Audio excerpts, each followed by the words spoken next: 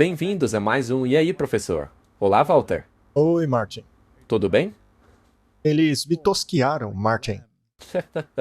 E o vento agora está gelado e a minha cabeça está congelando. Sim, tá uma loucura esse tempo. Num dia está um baita calor, 38 graus. No dia seguinte já está 10 graus. É a mudança climática, Walter. É o resfriamento global, Martin. Bem, hoje a mensagem é mais uma vez muito importante. É parte das mensagens mais importantes já dadas ao mundo. Portanto, vamos orar? Nós precisamos, Martin. Querido Pai, nós te agradecemos por termos a oportunidade de conversar sobre essa mensagem maravilhosa novamente.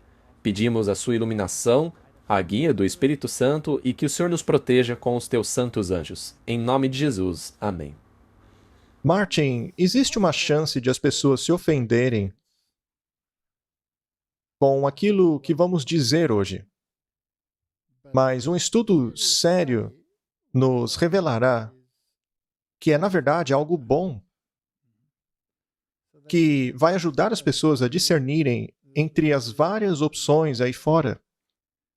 Ajudá-las a discernirem qual é o nome desse jogo. Cuidado para que ninguém vos engane.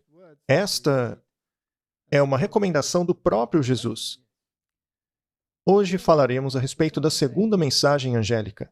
Trata-se de apenas um verso da Bíblia. E é sobre esse verso que falaremos hoje. Então será um programa curto, não é? Eu não sei, Martin. Tem muita coisa para desembrulhar nesse verso aí. O problema não é o que colocar no verso, mas o que deixar de fora dele. Tem muita coisa para se estudar nesse verso. E ele não é um verso solitário, porque essa mensagem é repetida em Apocalipse, capítulo 18.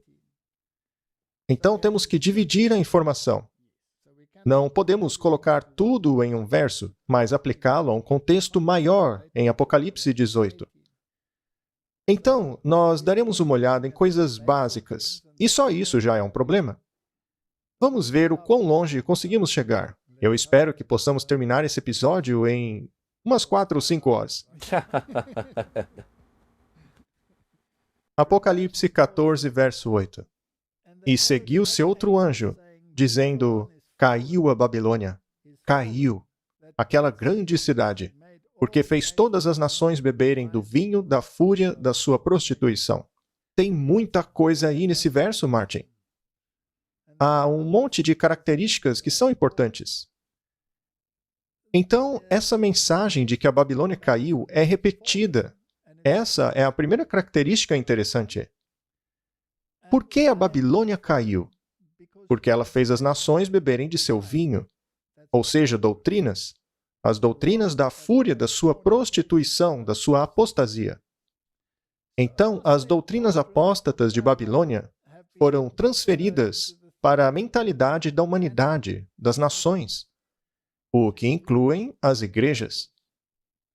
Agora, conforme as igrejas passem a ter essa mentalidade, então a união dessas igrejas com o Estado torna-se muito problemática. Sim. Há vários políticos que não gostam da separação entre a igreja e o Estado. Alguns deles têm uma verdadeira ojeriza a isso. Eles querem unir ambos. E isso é um cumprimento da profecia. É a mudança do pêndulo. As profecias realmente estão se cumprindo. E vejamos o porquê disso. É muito importante. Nós queremos descobrir algumas coisas. Agora, já falamos sobre isso muitas vezes. Mas, para que as pessoas possam ter um ponto de referência, vamos repetir algumas delas. Precisamos entender quem é Babilônia. Precisamos entender por que a mensagem diz que a Babilônia caiu e por que ela se repete. Precisamos saber o que é o vinho da Babilônia. E precisamos saber como ela influencia as nações. Ela é uma grande cidade. Vamos começar então, Martin. No passado, a Babilônia já caiu, literalmente. Portanto, a Babilônia de Apocalipse é espiritual, porque a Babilônia do passado já não existe mais. Exato, ela já caiu. Vamos ver como isso aconteceu. Daniel 5, verso 25. E é isto que foi escrito. Está se referindo aqui quando Amão escreveu no muro. E ela escreveu assim: Mene, Mene, Tekel, Ufarsim. Veja que também há uma repetição aí. Mene, mene. É uma repetição. Esta é a interpretação. Mene, Deus numerou o seu reino e pôs um fim a ele. Ou seja, Deus numerou o seu reino e pôs um fim a ele. Deus enumerou o teu reino e pôs um fim a ele. Portanto, historicamente, temos que olhar por que há dois componentes. Agora, no tempo em que isso foi escrito, Belsazar era o rei que governava as questões seculares. Mas o pai dele era o verdadeiro rei. E ele governava sobre as questões espirituais. Então, havia um componente espiritual e um componente secular, e ambos estavam unidos. Ou seja, a igreja e o Estado estavam unidos. Os dois reinavam. É o componente do Estado da Babilônia que permite que os componentes religiosos de Babilônia sejam obedecidos. É o Estado apoiando a igreja. É isso mesmo. É por isso que o rei Nabucodonosor, quando levou os cativos para a Babilônia, assegurou-se de que eles aprendessem tudo sobre a religião babilônica. Chegou até a mudar os nomes deles para refletirem a religião babilônica. Temos que lembrar disso. Tekel, foste pesado na balança e achado em falta. Pérez, o teu reino será dividido e dado aos medos e persas. Então, a Babilônia foi conquistada. Esta foi a destruição típica, A literal. a literal. E agora existe uma antitípica, sobre a qual estamos falando agora, e precisamos saber quais são os seus atributos. Aonde começou a Babilônia? Aí nós temos que voltar na história. Vamos até Gênesis, capítulo 11, versículo 9. Temos que voltar para os sobreviventes do dilúvio. Eles se multiplicaram e depois começaram a construir uma cidade. E logo depois começaram a construção da Torre de Babel. Mas por que a construíram? Porque eles não acreditavam no que Deus disse. Deus disse que não destruiria novamente o mundo com a água. No entanto, eles não acreditaram. Então decidiram construir essa torre para que Deus não conseguisse mais destruí-los com um dilúvio. Essa torre deveria alcançar o céu, não é mesmo? Sendo assim, é um sistema baseado na descrença da palavra de Deus. É um sistema no qual nós cuidamos de nós mesmos. O construtor da cidade e o poder que governava na época era Nimrod. Ele era um guerreiro diante de Deus. Na verdade, ele era um guerreiro contra Deus. O nome dele significa rebelde. Exato, um rebelde. E ele era neto de Cã. E Cã, naturalmente, possuía conhecimento esotérico, o conhecimento da rebelião, já que tinha uma natureza rebelde desde o começo. Nós já falamos aqui sobre quem ele era e sobre como aquela maldição prosseguiu até Canaã e como Nimrod foi aquele que oficialmente reestabeleceu a rebelião contra Deus. Na verdade, toda a religião da Babilônia gira em torno de lendas que aconteceram. Mas é claro que a ascendência deles vem de antes do dilúvio. E essa religião emana dos tempos de Caim. E Caim fez de seu filho o depositário de sua mentalidade. O filho dele era Enoque. Não o bom Enoque. Não confundamos. Eu me refiro a Enoque, filho de Caim, o primeiro a construir uma cidade. Foi ele que começou isso. Eram construtores de cidades. Exatamente, Martin. Mas aquela cidade deveria ser uma governança global. Vamos governar todo o mundo. Agora, Deus interrompeu o plano deles ao confundir as línguas. Está lá em Gênesis 11, versículo 9. Por causa disso, o seu nome é Babel. Porque ali o Senhor confundiu a língua de toda a terra. E, desde então, o Senhor os espalhou pela face da terra. Então, de repente, começaram a falar línguas diferentes. Não conseguiam mais se comunicar. E então surgiram as nações. Isso foi para impedir um governo mundial unificado. que é exatamente o que querem hoje. Veja aí as Nações Unidas. Martin, há quanto tempo eles têm tentado isso? Por milênios. Desde o início. Desde que Deus confundiu a língua dos homens, a humanidade tem tentado unir-se. Isso deve ser algo bastante problemático, não é? Sem dúvida. Eles não podiam se comunicar mais. Portanto, por meio de grupos secretos, eles decidiram bolar um plano. E esse plano não era mais utilizar a língua, por assim dizer, para comunicar as suas doutrinas secretas, mas sim por meio de símbolos e sinais, porque estes não podem ser confundidos, já que qualquer pessoa que veja um símbolo pode compreendê-lo. E se você era um iniciado nesse grupo secreto, você podia compreender os símbolos. Compreender que trata-se de uma religião da rebelião contra Deus, da descrença em Deus, que depende da humanidade para cuidar de si mesma e de seu próprio futuro, excluindo Deus. Isso é a Babilônia. É uma organização religiosa apoiada pelo governo. É uma mentalidade, não é? As pessoas têm a sua própria mentalidade e não a mentalidade de Deus. Não, não é a mentalidade de Deus. Temos aqui uma descrição da origem das sociedades secretas em nosso mundo. Isto foi elaborado por Gary H. K., rumo à ocupação global. Ou seja, eles querem governar o mundo todo. Mas como conseguir isso? Pois você tem que trabalhar por trás das cortinas, a fim de vencer a oposição da superfície. Vamos chamar assim. É verdade. Então, existe uma obra por trás das cortinas que eles não querem que ninguém saiba. É tudo segredo. E é muito importante, Martin, que certas condições existentes em uma sociedade ou grupo de línguas sejam diluídos. Digamos que haja uma nação que fale francês. Você tem que se assegurar que muitas culturas e línguas entrem naquela cultura, para que assim não seja mais aquela cultura original que domine, mas que haja uma diluição.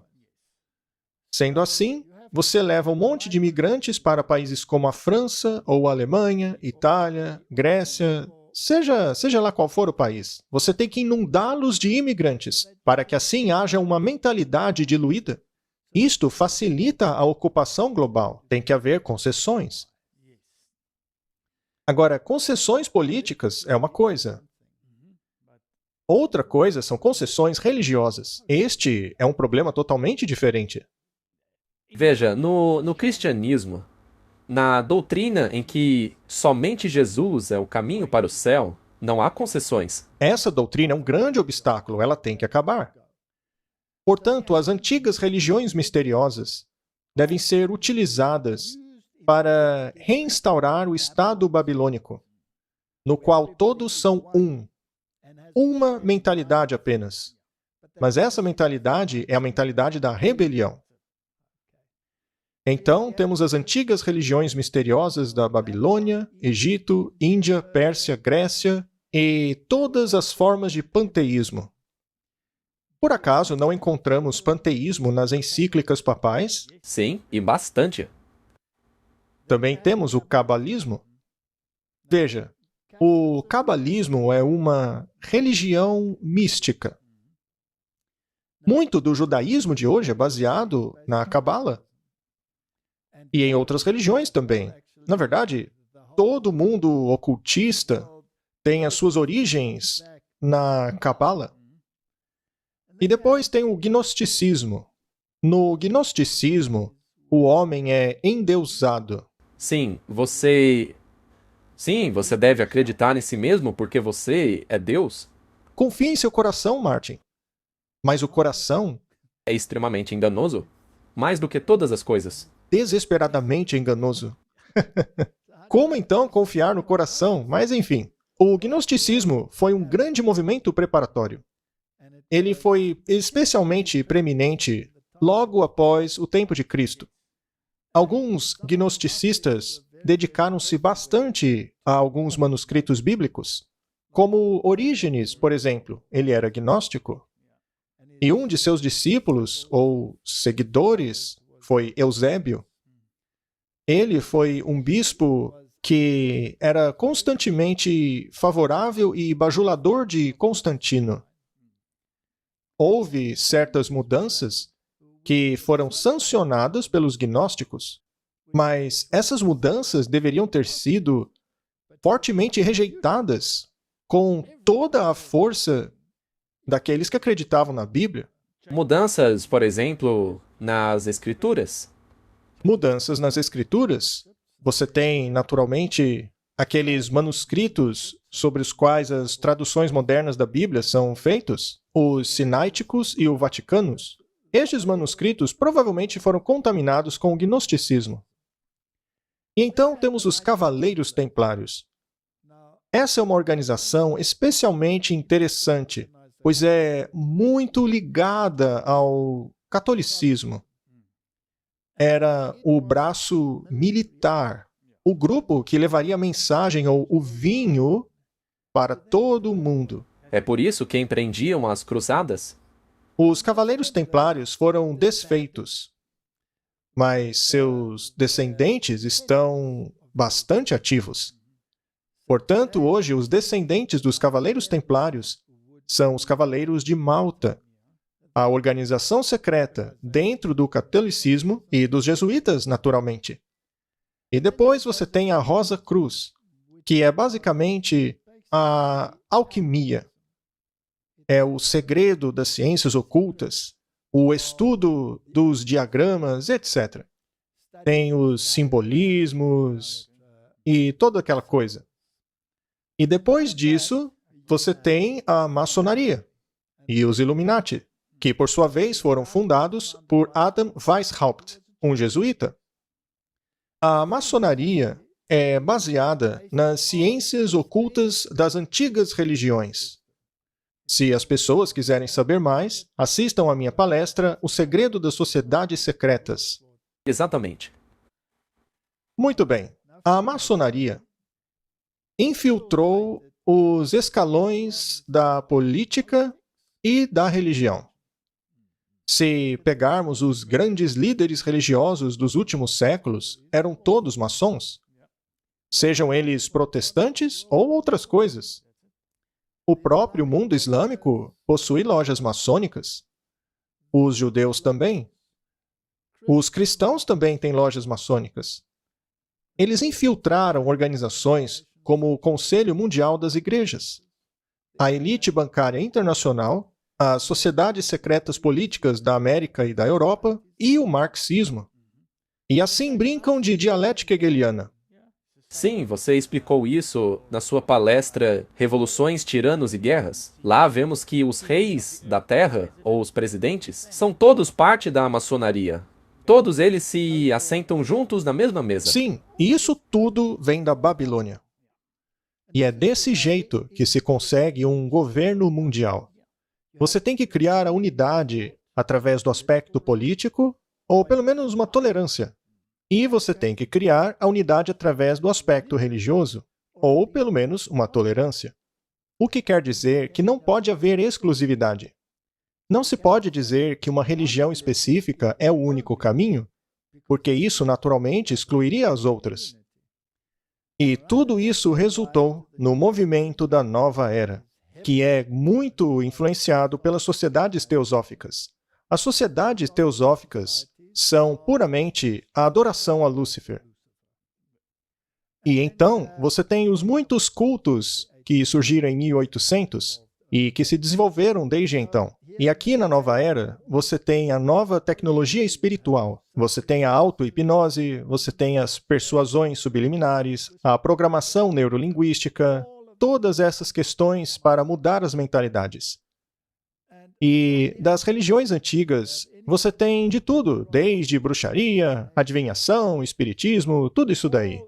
Incluem-se também algumas práticas como o hinduísmo, budismo, shintoísmo, etc. Tudo isso é parte de Babilônia? Tudo faz parte de Babilônia. Este é o poder por trás das cortinas. Você pode até saber a respeito, mas não compreender totalmente, a menos que faça parte. a menos que você estude.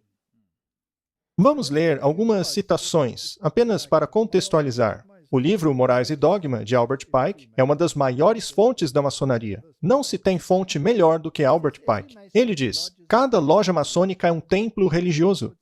Bom, isso já tira qualquer dúvida. É uma religião. E seus ensinos são instruções em religião.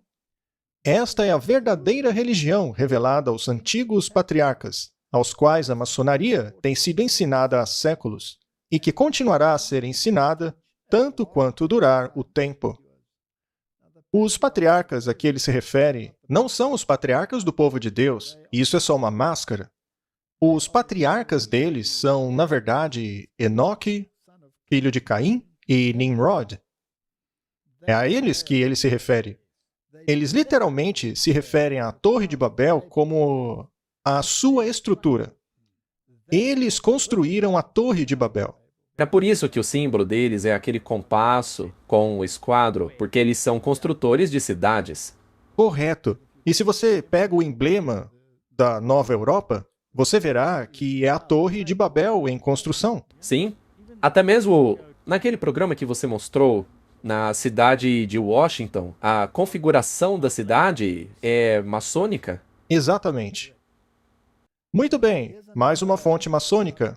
Manly Palmer Hall, As Chaves Perdidas da Maçonaria. O verdadeiro maçom não é atrelado a credos. Ele compreende, com a iluminação divina de sua loja, que, como um maçom, a sua religião deve ser universal. Essa é de fato uma questão central.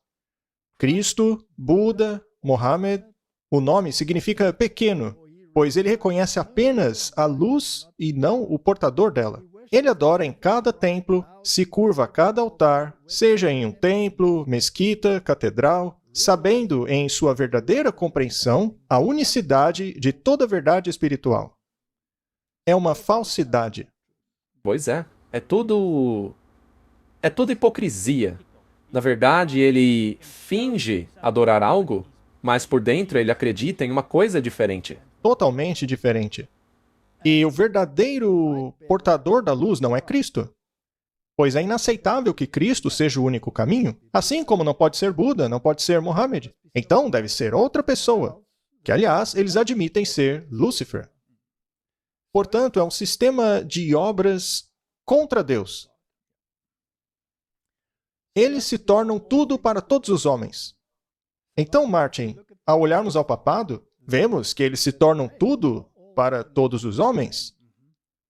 Por exemplo, aqui temos duas imagens do Papa João Paulo II sendo ungido com o sinal de Tilak, o que basicamente quer dizer que ele aceita os deuses hindus. Aqui ele está beijando o Alcorão, o que quer dizer que ele está abraçando e mostrando reverência aos seus ensinamentos, negando assim a expiação. Para ele, Jesus não é o único caminho. Ele nega a divindade de Cristo. Mas não pode ser assim. O cristianismo é incompatível com outras religiões? Não é. Portanto, estas atitudes dele excluem Jesus Cristo. É a quebra do primeiro mandamento. Não terás outros deuses diante de mim. Exatamente. O Papa Francisco foi lá na Amazônia, aonde reverenciou aqueles ídolos. Mesmo lá no Vaticano existem alguns.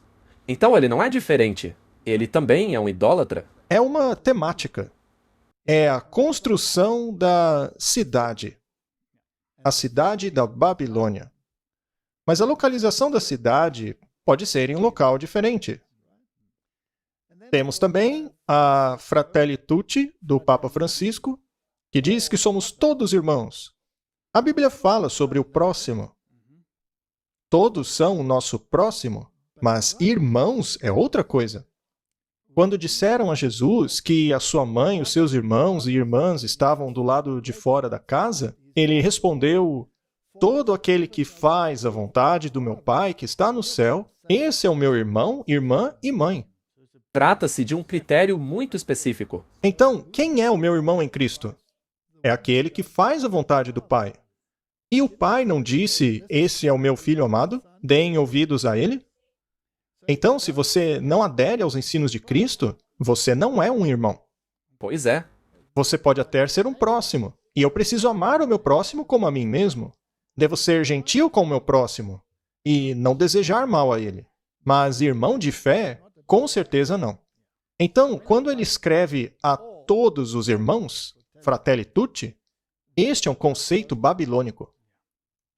O Catequismo da Igreja Católica ensina o seguinte: o Filho de Deus tornou-se homem para que nós nos tornássemos Deus. O Filho unigênito de Deus, querendo que compartilhássemos de sua divindade, assumiu a nossa natureza, para que ele, feito homem, pudesse tornar os homens Deus. Inacreditável, Martin. E isso ecoa os ensinos da serpente. Sim, para Eva. Mais uma citação do Catecismo. Maravilhem-se e alegrem-se. Nós nos tornamos Cristo. Este é um conceito da nova era. O que de nós podemos nos tornar Cristo. Tem um livro de Ellen Schuckman chamado Curso de Milagres, que basicamente te ensina como se tornar um Cristo, ou mesmo mais do que ele era. Isso é muito, muito blasfemo. E é parte do conceito babilônico. A Babilônia também adorava a deusa mãe e filho. Haviam muitas divindades diferentes com nomes diferentes, deusas e deuses, que eram invocados. E o catolicismo faz a invocação dos santos e da Maria. Vejamos se podemos encontrar o mesmo ensinamento na maçonaria. Manly Palmer Hall, um maçom de 33º grau, dizia que o homem é um deus em desenvolvimento. George Steinmetz, um autor maçônico, escreveu: aquietai-vos e sabeis que eu sou Deus. Eu sou Deus. O reconhecimento final de tudo, em tudo, a unidade do eu com o cosmos, a cognição da divindade no eu, é a mesma religião. E J. D. Buck, maçonaria mística. O homem perfeito é Cristo, e Cristo é Deus. Esse é o direito de nascimento e destino de todas as almas humanas. Este é o ensinamento das Nações Unidas. E é lá que os jesuítas estão envolvidos. Pierre Teilhard de Chardin foi basicamente o pai do movimento da Nova Era. A Blavatsky, a Alice Bailey, todas abraçaram essas organizações. É um sistema babilônico. Todo esse antigo sistema, eu me lembro de ter visto imagens nas Nações Unidas que formam uma Torre de Babel. Exatamente. E o interessante é que eles ensinam que nós, como Irmandade, temos que fazer deste planeta o nosso lar. Para eles, a sua salvação está aqui neste planeta. Ela não vem de fora de você. Você não vai para um outro lugar. Vamos ver se encontramos isso nos ensinos jesuítas. Com certeza, nós já mostramos esse slide antes. Este é Paul Netter. Ele é um jesuíta. Jesus, o profeta espiritual. Martin, só isso aqui já é blasfêmia. Para mim é difícil até ler isso. O foco de sua vida e o relacionamento era o reino de Deus. Isto significa que ele não era, como seus seguidores frequentemente eram, centrados na igreja. Sua principal preocupação não era aumentar a membresia de seu próprio movimento ou comunidade, mas sim transformar os corações das pessoas, transformar a sociedade. Na verdade, ele escreveu o seguinte: é isso, esse é o X da questão. O dualismo cristão tem exagerado tanto a diferença entre Deus e o mundo que é incapaz de mostrar os dois como uma forma de unidade. Ele está destruindo o que Deus disse. O próprio Deus disse que a amizade para com este mundo é inimizade para com Deus. E ele chega a dizer que sem Buda não haveria um cristão. O Buda é basicamente a negação de Deus. É uma religião ateística. Mas a Bíblia diz: seus adúlteros e adúlteras, por acaso não sabem que a amizade com o mundo é inimizade para com Deus? Todo aquele que for amigo do mundo é inimigo de Deus. Então, quando o sistema babilônico tenta reconstruir a Torre de Babel, esta é uma atividade humanista. Sim, e baseada em obras.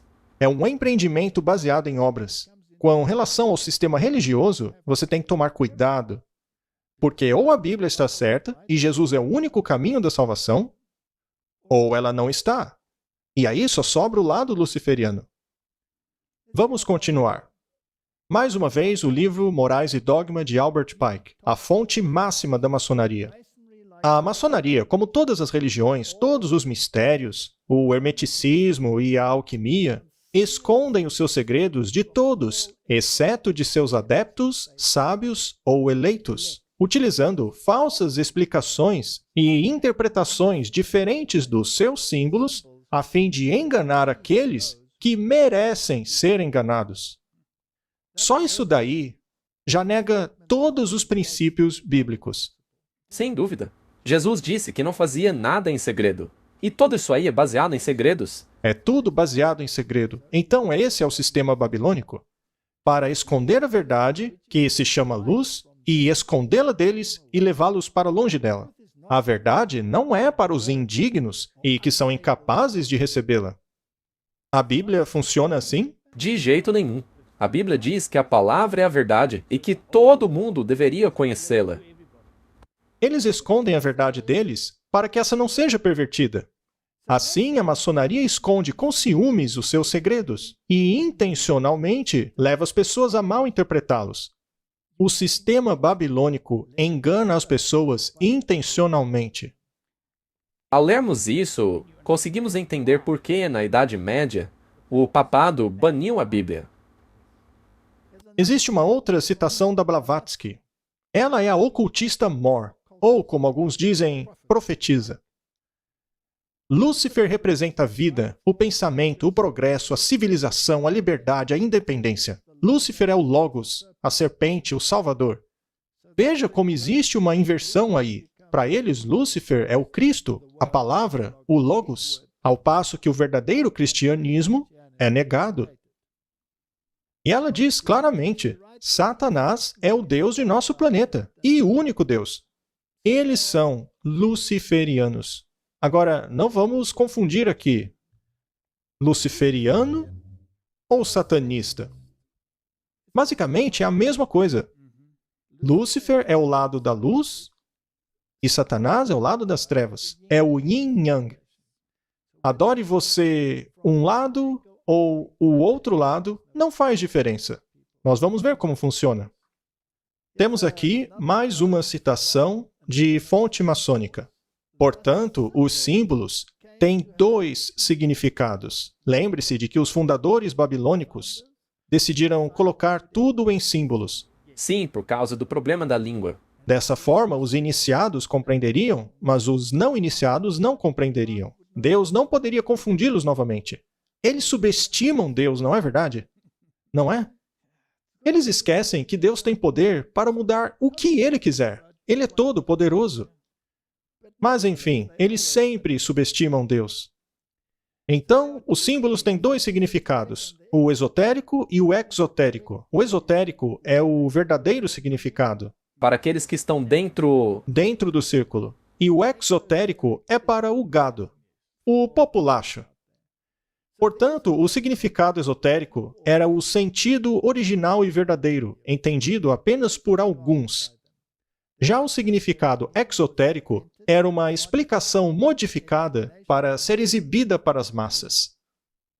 Os mistérios sagrados, que frequentemente eram mencionados em conexão com muitas religiões antigas e que eram cuidadosamente guardados pelos iniciados, concernente aos significados esotéricos nas religiões de tempos antigos. Enquanto você lê Cristo na sua Bíblia, eles leem Lúcifer.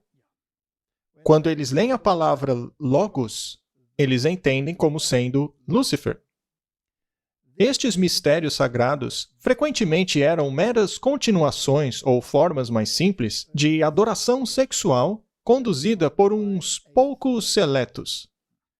Martin, isso te dá uma pista sobre o porquê o mundo hoje está tão sexualmente perverso. E não apenas falando de Hollywood, mas até mesmo em aspectos religiosos. Na maçonaria, em especial, existem muitas atividades sinistras que nem podemos falar aqui. Deixa eu dar um exemplo de como o esotérico e o exotérico é retratado dentro dos símbolos deles. Vamos dar uma olhada nos templários. Os templários basicamente são a força motriz da unificação entre a religião e a política dentro do catolicismo, que é levada a cada esfera da vida. Tá, então era a parte militar da união entre a igreja e o Estado. Sim, você tem os Cavaleiros de Malta em muitas organizações, e, é claro, os jesuítas, que são basicamente o general no alto escalão de todo o sistema.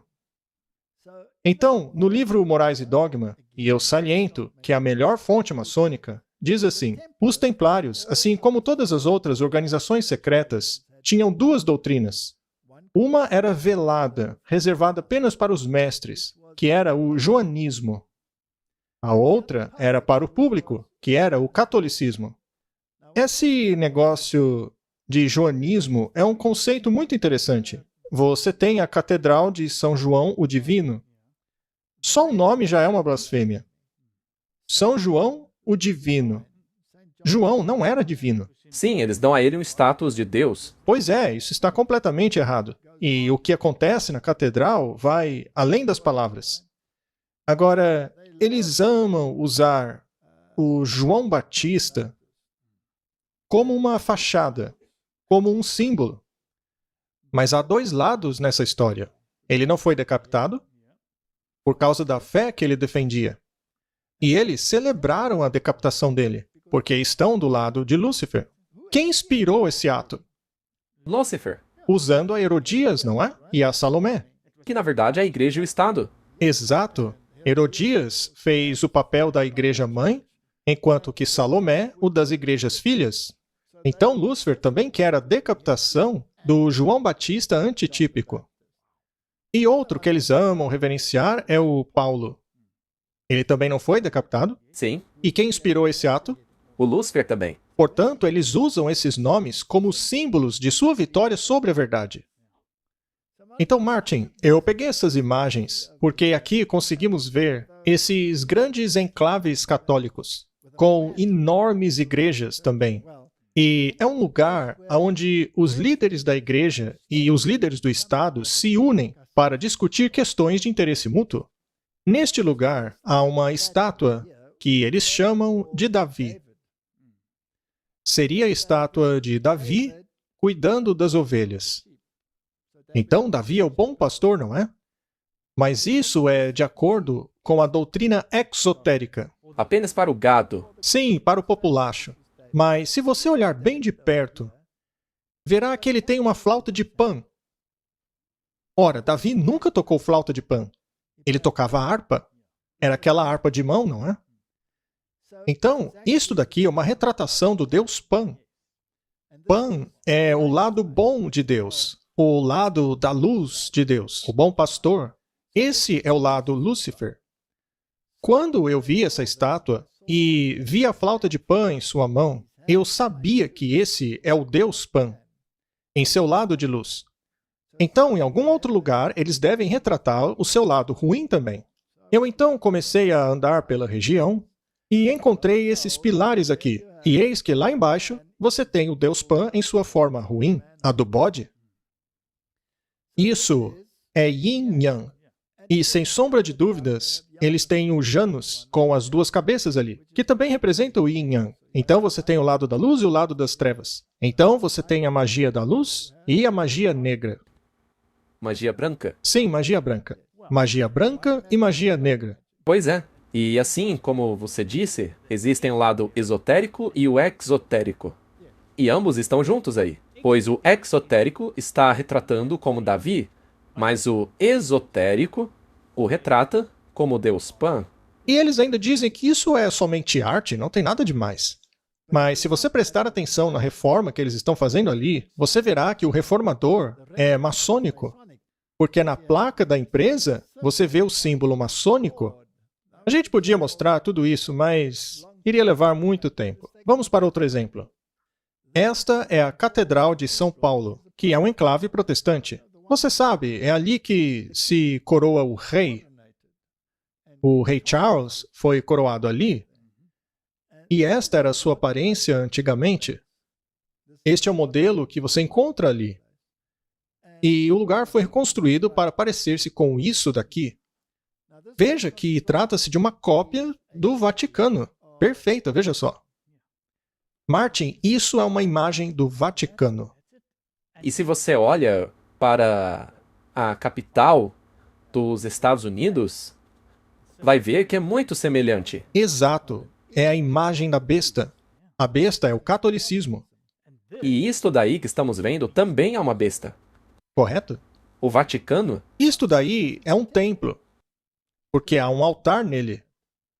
O protestantismo removeu todos os altares, porque o sacrifício de Jesus já foi completo, não há necessidade de outro.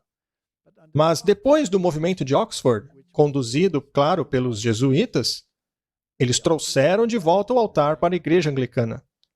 E a missa, mais uma vez, tinha um sacrifício. Mas isso é blasfêmia, porque a Bíblia diz que por apenas um sacrifício ele foi aperfeiçoado. Isso daí é um templo, mas não é um templo cristão. É para parecer que é um templo cristão, mas na verdade é um templo maçônico. E se você entrar, você verá que ali no teto há essa representação aqui. Martin, o que seria isso? isso é maçônico. Isso é jesuítico. Veja o olho que tudo vê, o compasso, o esquadro. Esse é um templo maçom. Então, quando o rei é coroado, e ele entra lá com todas as suas vestes, todos os seus ornamentos no peito, um dos mais preeminentes é o sinal dos templários. Sim, dos Cavaleiros Templários, os Cavaleiros de Malta. Sim, ele usa aquilo lá no meio e também em sua coroa. E interessantemente, Martin, ele diz que quer ser um defensor das fés. Este é um conceito maçônico. Isso é fratelli tutti, trazer todo mundo junto. Portanto, essa é uma doutrina exotérica. Isso é uma igreja protestante, mas a doutrina esotérica é que isso é a imagem da besta. E isso é maçônico. É adoração a Lúcifer. Em outras palavras, a verdadeira religião por trás das cenas é Lúcifer.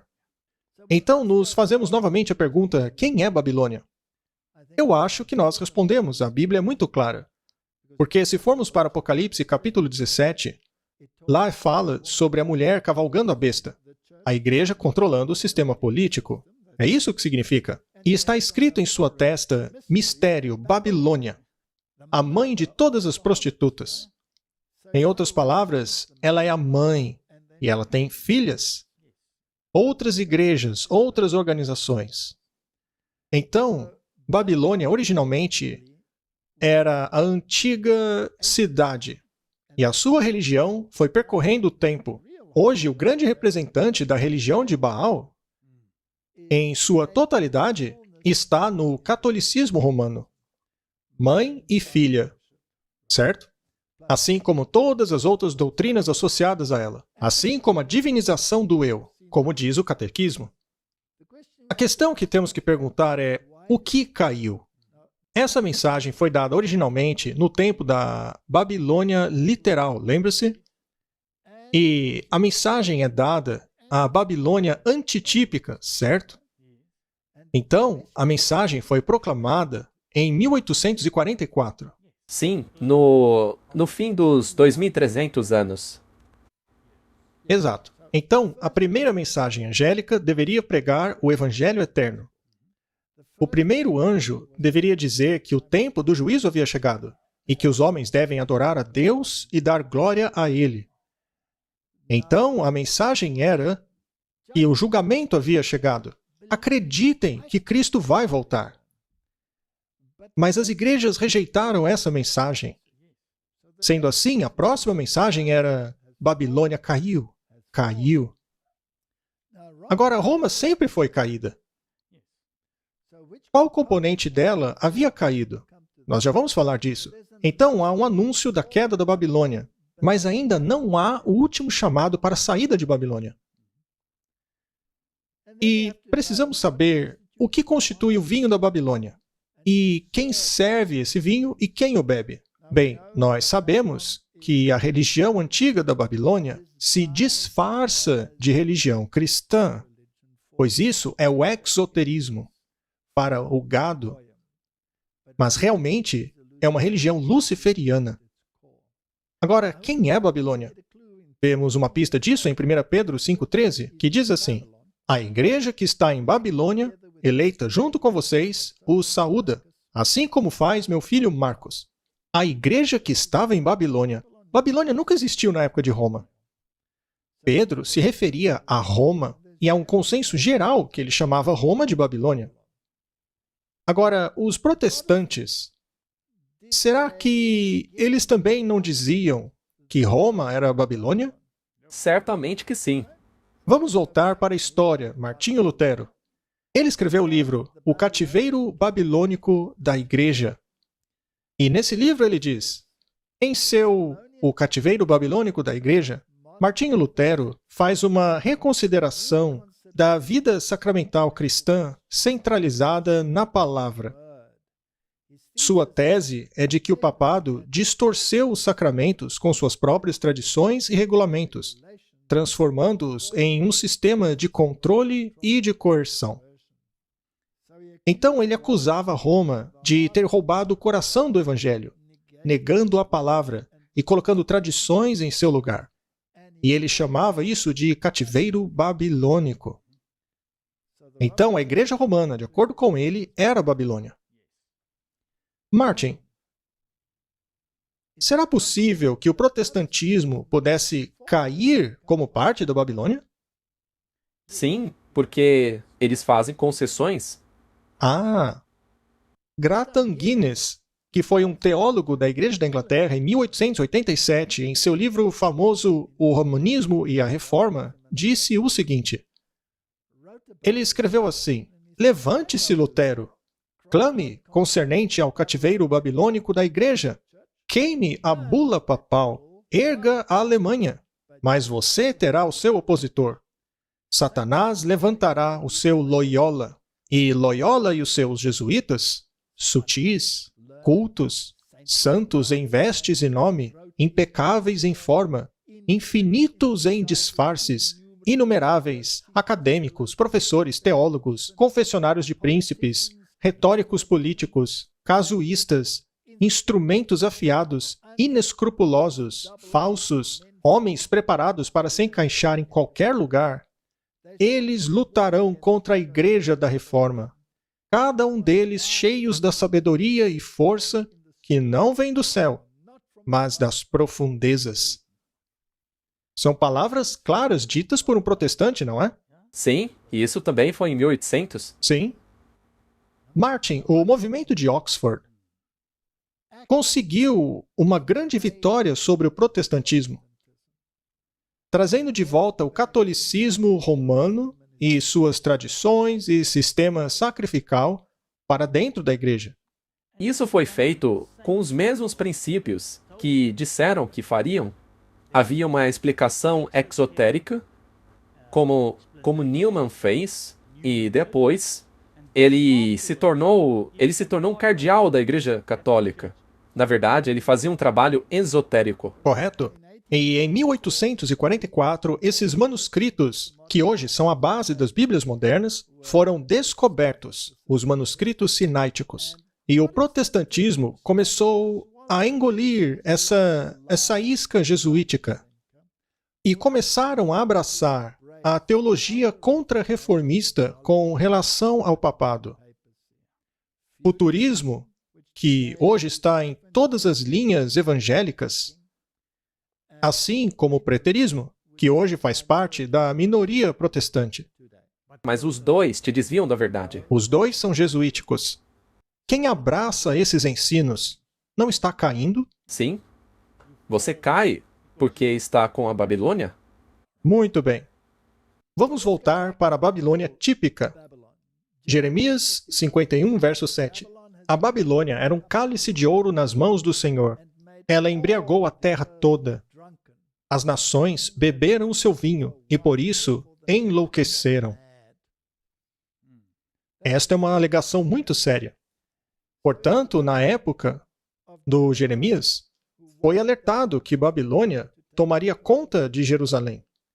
Isso porque as nações tinham enlouquecido por praticarem as suas doutrinas. Exatamente. Praticavam todas as suas imundícies. Eles adoravam Jeová somente de aparência. Mas, na verdade, estavam adorando a Baal. Eles invocavam o nome de Jeová, mas usavam a metodologia e a teologia de Baal. Não é o que estão fazendo hoje? Exatamente o mesmo.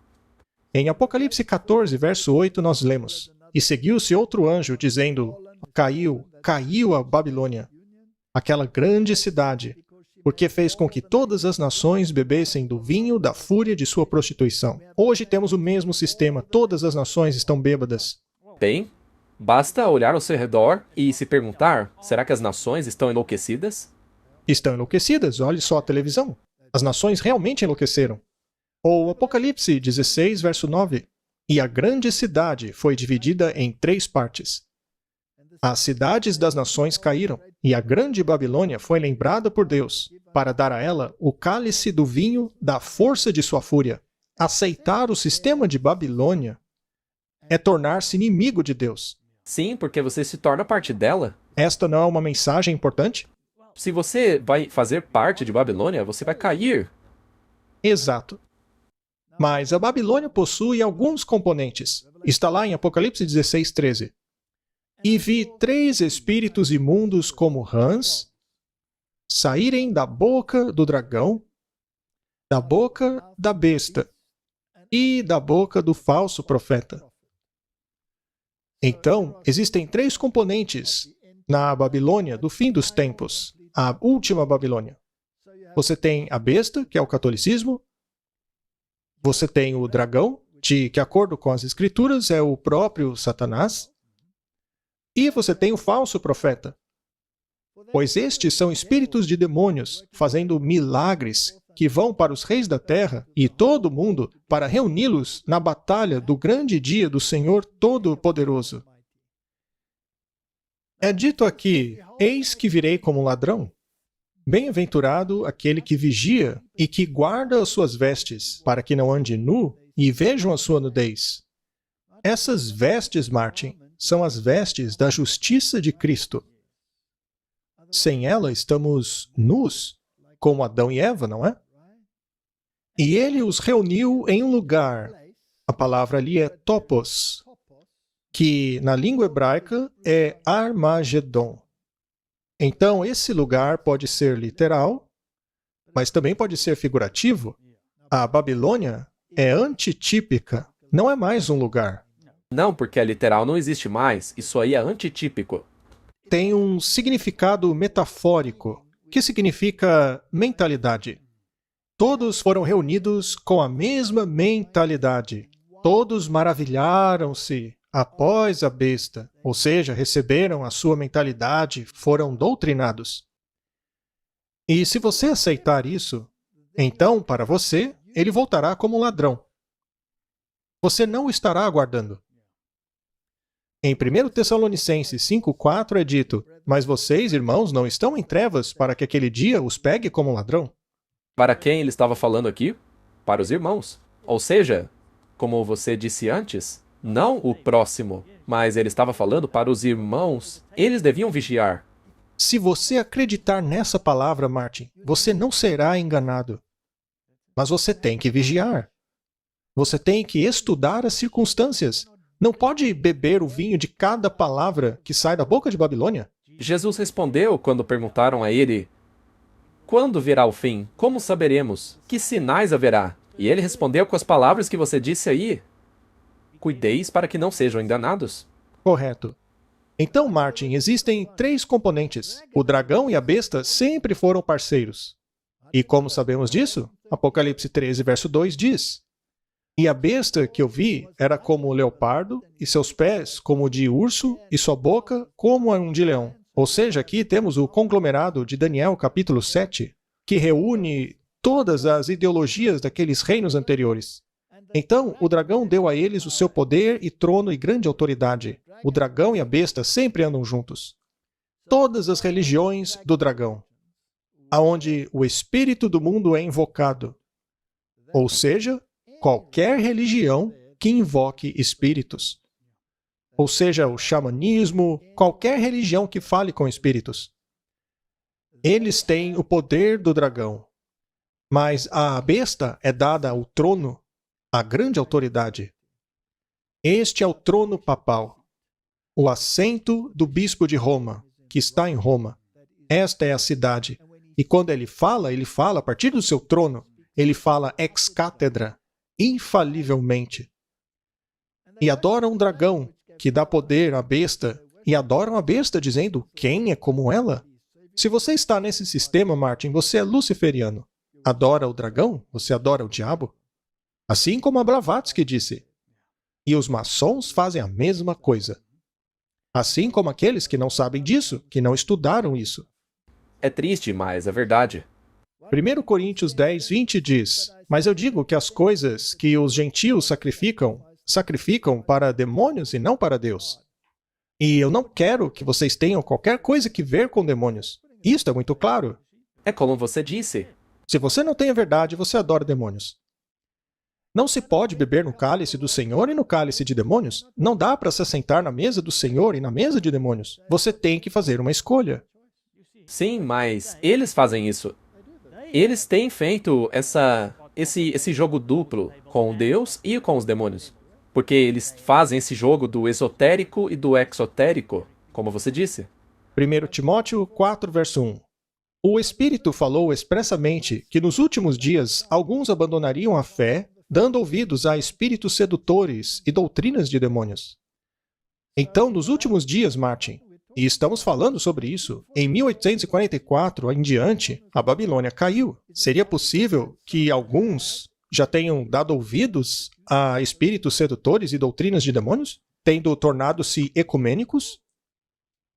Apocalipse 16, 14. Porque são espíritos de demônios fazendo milagres que vão aos reis da terra e para todo o mundo, para reuni-los para a batalha do grande dia do Senhor Todo-Poderoso. Ou seja, para aquela mentalidade. Todos terão que escolher, irei unir-me a essas pessoas, ao Fratelli Tutti, ou vou me separar e fazer o que diz a Bíblia? Se eu me separar para fazer o que diz a Bíblia, eu não me torno inimigo do sistema? Claro que sim. E todo mundo vai te ver. Você será acusado de ir contra a paz? Contra o bem comum, Martin. Sim, você deve ser eliminado. Muito bem. Apocalipse 9, verso 20. E o resto dos homens que não foram mortos pelas pragas, está falando a respeito das 7 últimas pragas, não se arrependeram das obras de suas mãos, de forma que não adorassem os demônios. E ídolos de ouro e prata e bronze e pedra e madeira, que não podem ver e nem ouvir ou andar. Não temos essas coisas em todas as religiões do mundo, exceto no puro protestantismo? Sim. Há ídolos de madeira, de pedra, em todas as religiões do mundo. Ídolos de ouro. Martin, eles adoram demônios. É isso, é o que a Bíblia diz. Vamos fazer então a pergunta: o que constitui o vinho da Babilônia? Quem o serve e quem bebe? As nações enlouqueceram? O protestantismo recebeu a mensagem de Deus por meio dos reformadores? Eles não quebraram o sistema babilônico de Roma? Sim, e tiveram cerca de 500 anos, até 1844, para fazer uma decisão? Correto? Se eles tinham a verdade, por que hoje abraçam a mentira? Por que eles caíram? Eles caíram com a Babilônia. Então, assim como se aplica a Roma, que caiu, e também se aplica ao dragão, que caiu lá do céu, também se aplica ao protestantismo, que hoje também caiu por se unir à Babilônia. Mateus 9, 17. Nem se coloca vinho novo em odres velhos, porque assim os odres se rompem, e o vinho se perde, e os odres se estragam. Mas coloca-se vinho novo em odres novos, para que ambos se preservem. Se você quer ter vinho novo, a doutrina da salvação em Cristo, você tem que nascer de novo, ser uma nova pessoa. Purificado. Não se pode ter uma nova doutrina em um odre velho. Se você quer manter suas tradições e ficar preso a todas essas bobagens, a essas tranqueiras exotéricas que te deram. Martin, não é possível. Assim você estará adorando demônios. O vinho da Babilônia possui duas grandes mentiras. E essas duas grandes mentiras unificarão a humanidade contra o Evangelho. Isso. Essas mentiras são a imortalidade da alma e a santidade do domingo. Nós vamos falar sobre isso com detalhes, pois este assunto leva tempo e não é o foco do episódio de hoje. Mas vamos falar um pouquinho sobre a imortalidade da alma. A razão pela qual não vamos falar do domingo é porque este assunto pertence à terceira mensagem angélica. Correto? Por meio de dois grandes erros, a imortalidade da alma e a santidade do domingo, Satanás enredará as pessoas em seus enganos. Ou seja, as pessoas vão beber o vinho. Enquanto a primeira põe a fundação para o espiritualismo, a última cria um laço de simpatia com Roma. Os protestantes dos Estados Unidos serão os primeiros a estender suas mãos sobre o abismo, para agarrar a mão do espiritualismo. Também atravessarão o abismo para pegar nas mãos do poder romano. Debaixo da influência dessa tríplice união, este país seguirá nos passos de Roma ao pisotear os direitos da consciência, o grande conflito.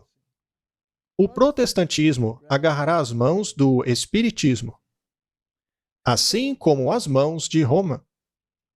Então, o componente do dragão, ou seja, o espiritismo, estará junto ao protestantismo. E o componente da besta os controlará. Assim, o protestantismo será o falso profeta. Em outras palavras, eles vão mentir. Quando a Babilônia literal atacou a igreja, Jeremias não alertou contra os falsos profetas? Então Jeremias estava do lado da verdade, alertando contra os falsos profetas em seu próprio sistema. Sim, ele ficava ali no portão alertando. Detalhe muito importante. Vamos dar uma olhada no ecumenismo. Isso foi tirado da Enciclopédia do Novo Mundo. É frequentemente dito que o movimento contemporâneo ecumênico para os protestantes começou com a conferência de 1910 em Edimburgo. Isso aqui é dos protestantes, hein? Quando se uniram ao movimento ecumênico. No entanto, essa conferência não teria sido possível sem a obra pioneira ecumênica dos movimentos da juventude cristã. A Associação dos Moços Cristãos, fundada em 1844, e a Associação das Moças Cristãs, fundada poucos anos depois, em 1855, e a Federação Mundial de Estudantes Cristãos, fundada em 1895, conduzida pelo leigo metodista John R. Mott, antigo membro da YMCA, e em 1910, pelo secretário-geral da WSCF. A Conferência de Missão Mundial marcou a maior reunião protestante naquela época. Antes disso, eram só indivíduos. Então, houve uma data em que começou o movimento ecumênico, pelo menos com os protestantes, que foi em 1844. Ali começaram a se embebedar com o vinho. Isso já não os faz parte da Babilônia caída? Sem dúvida, porque encaixa direitinho com a época em que a segunda mensagem passou a ser proclamada. 1844. Católicos e luteranos confirmam seu comprometimento na comunhão. O Concílio Pontífice para a Promoção da Unidade Cristã e da Federação Mundial Luterana afirmam seu comprometimento de andarem juntos em sua jornada comum do conflito para a comunhão. Ora, o que aconteceu com o cativeiro babilônico da igreja? Os luteranos não estão estendendo a mão a Roma dizendo, por favor, algeme-me novamente? Ora, isso não os torna Babilônia também? Eles se tornaram Babilônia. Eles caíram também. Eles próprios voltaram para o cativeiro babilônico, do qual a Bíblia diz, saia. Vejamos o que dizem alguns protestantes que ainda estão acordados. Esse texto é de 1946, da Moody Press. 46 já faz bastante tempo, hein? Os reformadores consideravam as Santas Escrituras como a única norma de sua fé e prática, mas os filhos dos reformadores arremessaram essa norma pela janela. A tornaram em pedaços pelas mãos ímpias dos críticos. Isso não os qualifica como Babilônia? Eles mesmos voltaram para lá. E com a Bíblia, jogaram fora também o Deus da Bíblia. Enquanto acusamos Roma pela idolatria literal de veneração de imagens, relíquias e etc., ela vem contra nós com uma acusação de idolatria intelectual.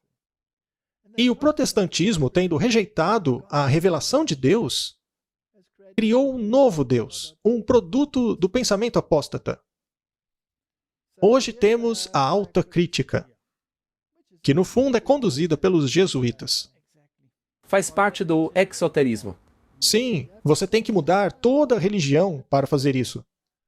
Roma não tem medo do modernismo. Na verdade, é vantajoso, porque o coração humano não se satisfaz com as incertezas vagas e vaporosas do modernismo. Roma se dirige àqueles que estão debaixo da influência desse protestantismo castrado de hoje, oferecendo a autoridade da igreja fundada por Jesus Cristo no lugar dessas incertezas e indiferentismo. Veja só, Martin. Eles aceitaram a autoridade de Roma. Ela nunca saiu do lugar. Eles voltaram para a mãe. Roma é a mãe das prostitutas, porque as prostitutas adotaram a idolatria da sua mãe. As igrejas voltaram para a Babilônia. Nós não temos outro rei a não ser Jesus. Foi o que disseram os reformadores protestantes da Escócia. Mas hoje dizem que o seu único rei é o Papa. O César. Vamos voltar para 1844. Eles rejeitaram a vinda literal de Jesus. Eles estavam um pouco com medo. Talvez alguns achassem que poderia ser verdade. Mas quando não aconteceu, quando ele não voltou em 1844, eles ficaram muito felizes. Mas o que disse Lutero sobre o livro de Daniel? Ele escreveu: nós instamos a todos os cristãos fervorosos lerem o livro de Daniel, para os quais ele será uma consolação e grande benefício nesses últimos tempos miseráveis. Quando essas coisas começarem a acontecer, olhem para cima, ergam suas cabeças, porque a sua redenção está próxima. Pela mesma razão, nós vemos que em Daniel, todos os sonhos e visões, assustadores como possam ser, sempre acabam em alegria pela volta de Cristo e de seu reino. Por esta grande esperança, a volta de Cristo, essas visões foram dadas, explicadas e registradas. Baseado no livro de Daniel, eles começaram a entender o livro de Apocalipse. Já na época dele. Já na época de Lutero, eles sabiam muito bem quem eram as bestas do livro de Daniel. E sabiam que a besta em Apocalipse 13 era uma reunião desses poderes políticos religiosos. Isso era claríssimo para eles. Mas quando chegou 1844, tinham bebido tanto vinho que esqueceram dessa doutrina. É por isso que é necessário estudar a primeira mensagem angélica, pois ela desperta. Ela desperta. E a vinda do Senhor era a mensagem. Este é o tema central. Ele está voltando. Lutero cria nisso, mas os luteranos continuaram acreditando? Não, precisam ser despertos de novo. Não. Na verdade, expulsaram de suas igrejas aqueles que criam. Lutero e a Segunda Vinda. Em 1538, comentando a respeito da mornidão das pessoas, Lutero escreveu: eu espero que aquele dia não esteja longe e que nós possamos vê-lo. Ele não estava ansioso por aquilo? Com certeza ele estava. Eu espero que o último dia não demore mais de 100 anos. Do contrário, a palavra de Deus será tomada novamente e as trevas virão pela escassez de ministros da palavra. A previsão dele se cumpriu? Infelizmente, sim. Ele mal sabia que estava de fato profetizando, pois foi exatamente o que aconteceu. Quase 400 anos. Deus é tão paciente. Ele dá a verdade às pessoas e elas a rejeitam. Elas voltam para Roma e se tornam parte de Babilônia. Mas a Babilônia caiu, ela já caiu. Mais um. Ó Cristo, meu Senhor, olhe por nós, traga-nos o seu dia de juízo e destrua a ninhada de Satanás lá em Roma. Os protestantes de 1844 ainda diziam essas coisas? Não. Será que dizem hoje? Não. Não. Lá se assenta o homem, de quem o apóstolo Paulo escreveu em 2 Tessalonicenses 2, 3 e 4, que se oporia e se exaltaria acima de tudo que é chamado Deus, o homem do pecado, o filho da perdição. O que é o poder papal, senão pecado e corrupção? Ele leva as almas à destruição debaixo de seu próprio nome, ó Senhor. Eu espero que o dia do juízo chegue logo. As coisas não podem se tornar pior do que já estão no tempo de hoje. Ah, se ele estivesse vivo! Pois é, ele certamente repensaria o que escreveu naquela época. A sé papal está praticando iniquidade ao máximo. Ele suprime a lei de Deus e exalta os seus mandamentos acima dos mandamentos de Deus. Ah, Martin. Martin. Você não quer ser um Martinho Lutero hoje? Bem, o primeiro nome você já tem, Boa. não é? Eles ainda acreditam nisso. Claro que não, claro que não. Se tornaram parte de Babilônia, não é? Vamos dar uma olhada na doutrina da volta literal de Cristo. Ela foi rejeitada em 1844, o que levou à espiritualização da doutrina da volta de Cristo. Isso aqui quem escreveu fui eu, ok? E isso abriu as comportas demoníacas para que mentiras entrassem nas igrejas. Não é uma situação terrível? Sim. Mas é verdade? 2 Coríntios 11:4 nos alerta contra estas coisas. Pois se alguém vier pregando outro Jesus, diferente daquele que pregamos, seria isso possível, Martin? Com certeza. Ou se receberem um outro espírito? O protestantismo não pode receber um outro espírito? Não só pode, como recebeu? Que vocês não receberam de nós, ou um evangelho diferente daquele que aceitaram, vocês o toleram com facilidade. Eles eram muito propensos a absorver falsas doutrinas, Martin. Admiro-me de que vocês estejam abandonando tão rapidamente aquele que os chamou pela graça de Cristo para seguirem outro evangelho. Que na realidade não é o evangelho. Alguns vos inquietam, querendo transtornar o evangelho de Cristo. Isso já aconteceu no tempo de Paulo. Quanto mais aconteceria quando Babilônia caísse? Não se enganem, pois muitos departarão da fé, dando ouvidos a espíritos sedutores e doutrinas de demônios. Esta aqui é uma carta do espírito de profecia.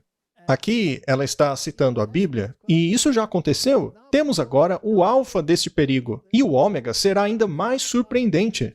Será que o perigo pode ficar ainda pior dentro das fileiras do povo de Deus? Sim.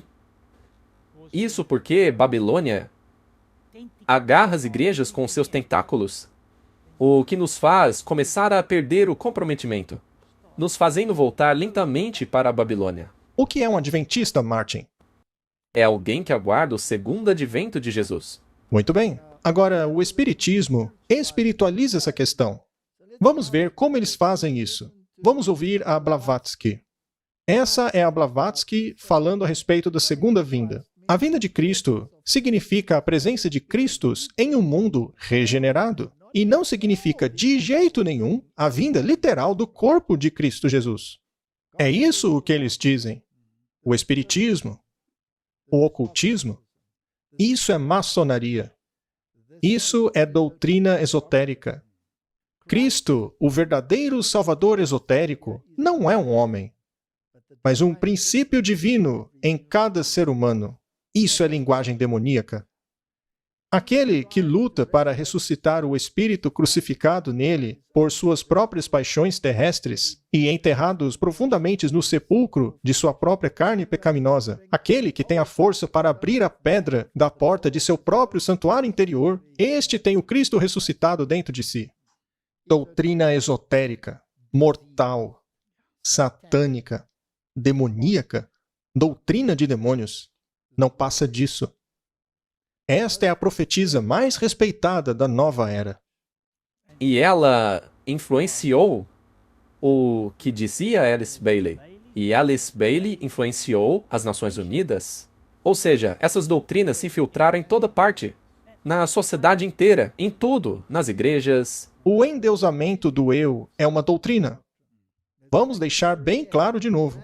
O fundamento oficial do Vaticano é o homem. Roma declara isso em seus documentos do Vaticano II, em 1965, Martin. É o próprio homem que deve ser salvo. É a humanidade que deve ser renovada. É o homem, portanto, que é a chave dessa discussão. O homem deve ser considerado o todo e tudo, com corpo, alma, coração, consciência, mente e vontade. Essa é a razão pela qual o Sínodo Sagrado, o Vaticano II, em proclamando o nobre destino do homem e afirmando um elemento divino dentro dele, oferece a cooperar sem reservas com a humanidade em nutrir um senso de irmandade para corresponder a este destino. Isso é mal ou não? A própria Blavatsky poderia ter escrito isso. Sem dúvida. Isso é Fratelli Tutti. Isso é cristão. E é por isso que o Papa Francisco, um jesuíta, foi escolhido para levar avante a agenda. Isso é doutrina de demônios. Porque ele sabe o significado esotérico de tudo. E se você fizer parte disso, Você estará adorando demônios. é isso mesmo. Aqui temos o livro de Alfred H. Paul, 17 razões pelas quais eu deixei o movimento de falar em línguas. Lembre-se de que a Bíblia diz que se recebêssemos outro Jesus, ou seja, um outro Jesus que nunca morreu por você, afinal, você mesmo pode se tornar um. Se você receber um outro espírito, e o movimento de línguas é muito forte dentro do mundo protestante. Você mesmo era parte dele antes de sair de Babilônia? Eu gostaria de estar errado, mas todos os sinais do presente indicam que o movimento carismático possa ser o denominador comum para uma organização ecumênica mundial ou igreja. Isso está reunindo todo mundo, Martin. Especialmente uma união que não era simples de se fazer. Roma e protestantismo. Quando o Senhor separou as línguas, quando ele chamou a sua igreja para fora para se separar, não se misturar, seria isso ecumênico ou anti-ecumênico? Antiecumênico. Muito bem. Então, o movimento de línguas o leva para o ecumenismo. E que espírito é esse? Seria do Senhor? Será que Deus luta contra si mesmo? Porque o hinduísmo fala em línguas. O xamanismo também fala. Os satanistas falam em línguas também. Não é? Claro. E hoje, os católicos falam em línguas. Os evangélicos, é claro, falam em línguas. É como esse cara aí disse, é algo que une todo mundo. Mas o verdadeiro dom de línguas eram línguas literais. Eles falavam línguas estrangeiras. Martin, esse espírito não trabalha contra o Espírito de Deus? Completamente. Esse espírito não está tornando-se a norma ao invés da palavra? Claro, o que conta é a experiência. Muito bem.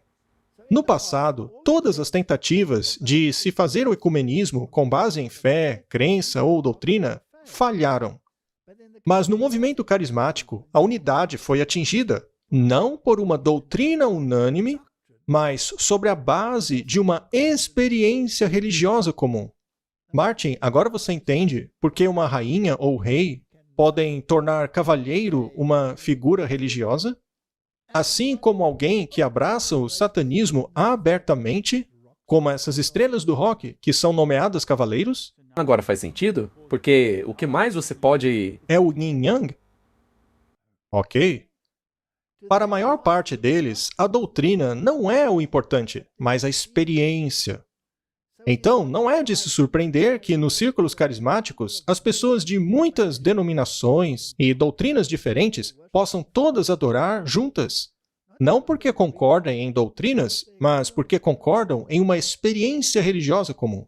Esta é uma moda muito perigosa. E por quê? Porque colocar a verdade de lado para ter-se a unidade irá eventualmente colocar aquele que é a verdade de lado, ou seja, o próprio Jesus. E é isso que acontece. Babilônia caiu ou não? Caiu. Não foram abertas as comportas para o espiritismo? Porque isso aí é espiritismo. E eles ainda usam ferramentas poderosas, como a música, para chegar a esse resultado. E a música causa hipnotismo ao colocar você em um estado alterado de consciência. Ou seja, espiritismo de novo. Essa é uma discussão muito pesada, Martin. Quão longe isso daí pode chegar?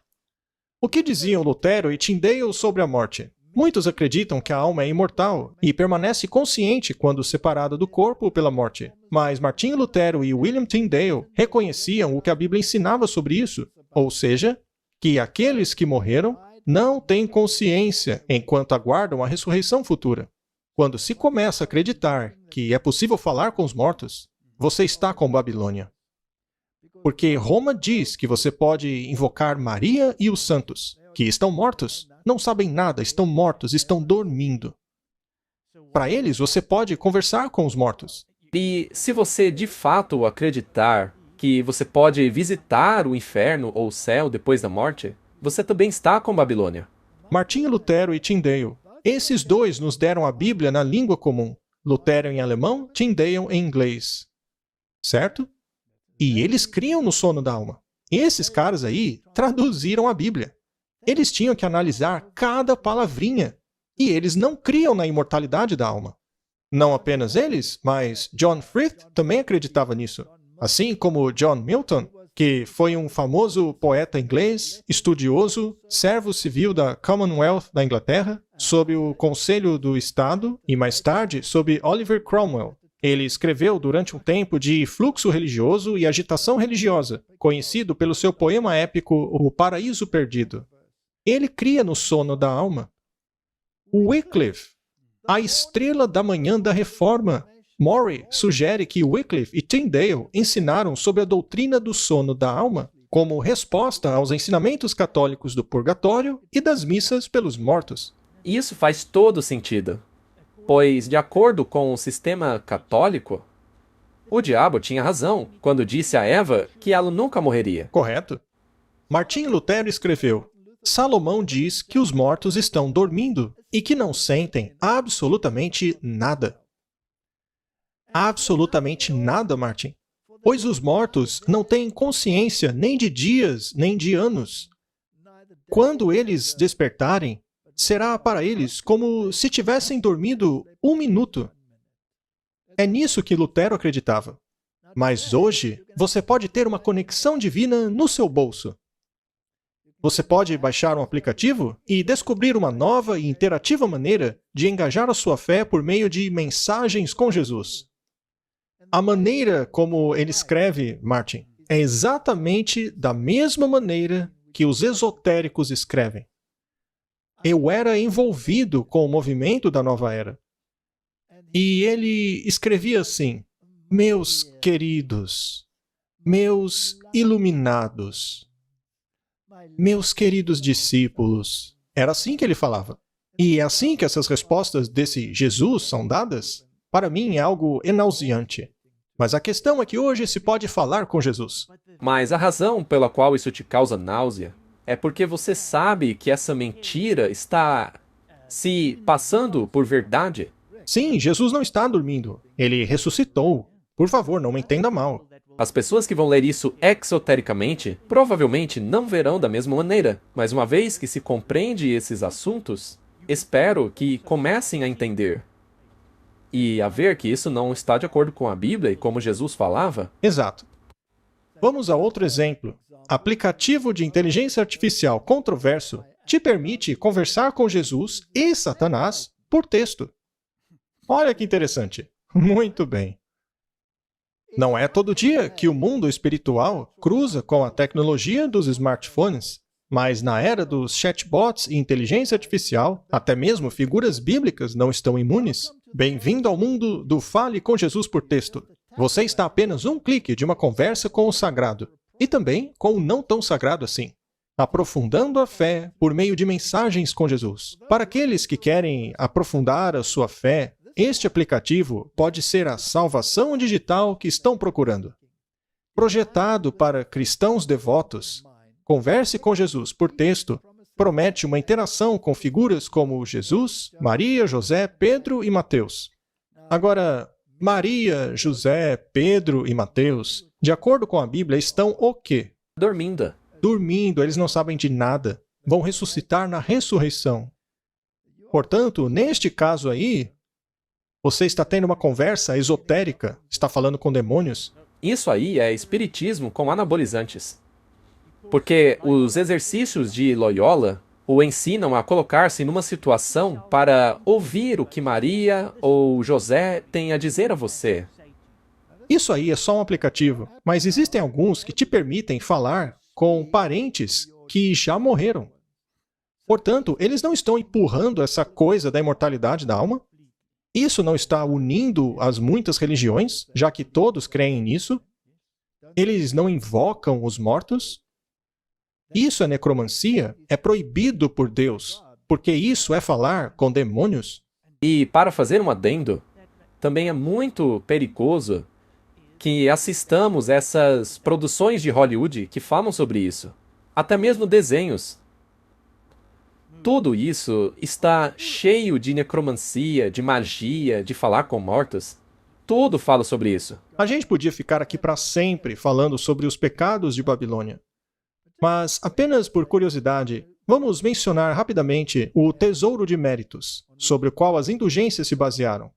Esse tesouro que a igreja tem, de onde pode tirar, ou melhor, o Papa pode tirar os méritos que faltam em alguns. Este tesouro também inclui as orações e boas obras da abençoada Virgem Maria. São verdadeiramente imensos e imperscrutáveis em seu valor diante de Deus. Em seu tesouro também estão as orações e boas obras de todos os santos. Eles já morreram. Não sabem de nada. Isso é necromancia. Isso é doutrina de demônios. É Babilônia. Como parte de um grande esforço para usar a mídia social para conectar com os católicos pelo mundo, o Papa vai começar a aliviar punições de pecados via mídia social. Isso já está ficando ridículo demais, não está? O protestantismo não deveria perceber que está lidando com Babilônia? É claro. E você tem que saber quem é Babilônia. Se você sabe que o Papa é o componente da besta de Babilônia e que ele está em conluio com o dragão e que agora está aliviando punições de pecados via aplicativo, ora, por favor. Agora é só pedir um perdãozinho pelo Zap. Os protestantes não deveriam se perguntar o que estão fazendo com gente como essa? Será que eu não estou incorrendo em doutrinas de demônios? Quem fizer parte disso estará se colocando com Babilônia de novo. Exato. O Vaticano está oferecendo redução do tempo de purgatório para aqueles que seguirem os tweets do Papa Francisco.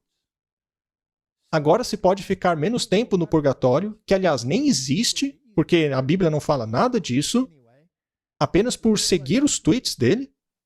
Isso não é demoníaco?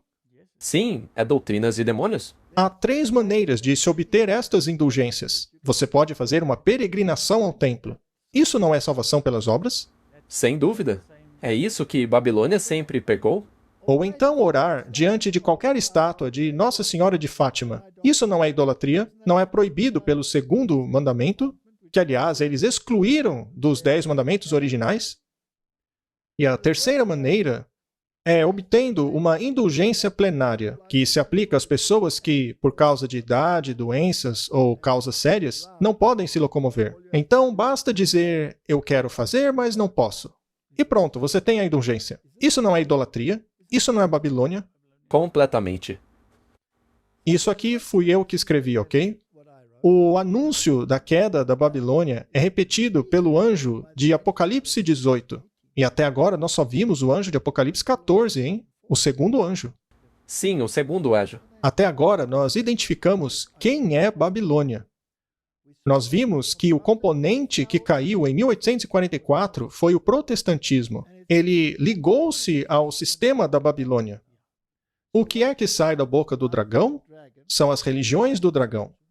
O que sai da boca do catolicismo são as doutrinas exotéricas, que na verdade se baseiam em doutrinas esotéricas. E o que sai da boca do falso profeta não é diferente do da besta, porque tornar-se parte dela. E eles têm que esconder a sua crença distintiva em Jesus Cristo para não ofender aqueles que não acreditam que Jesus é o caminho, a verdade e a vida. Eles falam o tempo todo sobre Jesus Cristo. Mas é um Cristo esotérico. Exatamente. Eles fazem você crer que é um Cristo exotérico. Então, as Escrituras em Apocalipse 18 apontam para um tempo quando o anúncio da queda da Babilônia, quando o anúncio feito pelo 2º anjo de Apocalipse 14 será repetido com a menção adicional de todas as corrupções que entraram nas várias organizações que constituem a Babilônia desde que a mensagem foi primeiramente dada em 1844. Foi quando o ecumenismo começou. Também foi quando a teoria da evolução foi introduzida ao mundo. Estas proclamações, unidas à mensagem do 3º anjo, constituem a advertência final a ser dada aos habitantes da Terra. A gente ainda não chegou aí. Temos que fazer um episódio sobre isso? Sim. Este episódio sobre a Babilônia foi apenas uma introdução. Foi apenas uma introdução, porque agora temos que seguir adiante para as partes mais evidentes da Babilônia. Mas antes de chegarmos a Apocalipse 18, temos que estudar o terceiro anjo. Em nosso próximo episódio, vamos falar sobre a importância da terceira mensagem angélica. Eu espero que os ouvintes compreendam o que é a Babilônia. Espero que compreendam, Martin, por que é importante reconhecer a mentalidade da Babilônia e que não podemos nos associar a ela. Não, porque ela caiu e cairemos junto com ela se não nos afastarmos. Exato. Se você está em um sistema ou componente desse sistema, você precisa se separar. E falaremos sobre isso. Mas antes da separação final, deverá vir a terceira mensagem angélica. Mas isso é para o próximo episódio. Vamos orar. Querido Pai, que história triste é essa da queda de Babilônia? O dragão, a besta e, tristemente, o falso profeta. Senhor, ajuda-nos a não sermos partes da Babilônia. Ajuda-nos a abraçarmos a verdade, porque Tu és o caminho, a verdade e a vida. Em nome de Jesus. Amém. Amém. Olá, pessoal. Estamos indo para o Brasil. Martin, I'm impressed. I don't know what you said, but I hope people understood it. But in case they didn't, I could just say to them that God willing, we will be in Brazil at the end of February of 2024. So please subscribe to the website, campaltercierollano.com. I don't know whether I pronounced that correctly either, But I'm sure people will understand. but I think they will understand. Thank you and see you hopefully soon. Many blessings.